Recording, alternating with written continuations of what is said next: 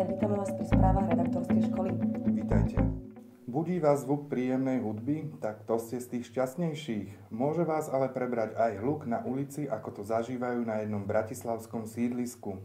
Situáciu nám priblíži Veronika Mondočková. Stávate na zvuk takéhoto budíka? Obyvateľov Dúbravky budí niečo iné. Budíček zvyknúť. Pre redaktorskú školu Veronika Mondočková. Bežne sa do seba zahľadia ľudia v škole, v práci, najnovšie cez internet. Veríte však, že je možné stretnúť svoju osudovú lásku v MHD? Naša reportérka vám dokáže, že amor si miesto nevyberá. Predstavte si, že by ste v električke stretli lásku svojho života. Nečakané stretnutie môže byť váš osud. Pre redaktorskú školu Ivana Šureková. Zima, stres, nedostatok svetla v jesennom období môže zapríčiniť prechodnú depresiu. Sme smutní, unavení a bez energie. Uvidíte, že dobiť baterky bez slnečných lúčov nie je až také ťažké. Jesenné počasie značne ovplyvňuje náladu človeka. Redaktorskú školu Inka Galbáčová.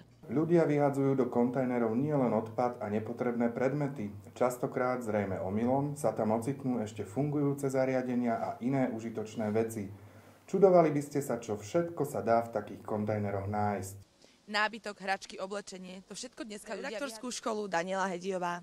Ďakujeme za pozornosť. Dovidenia. Dovidenia.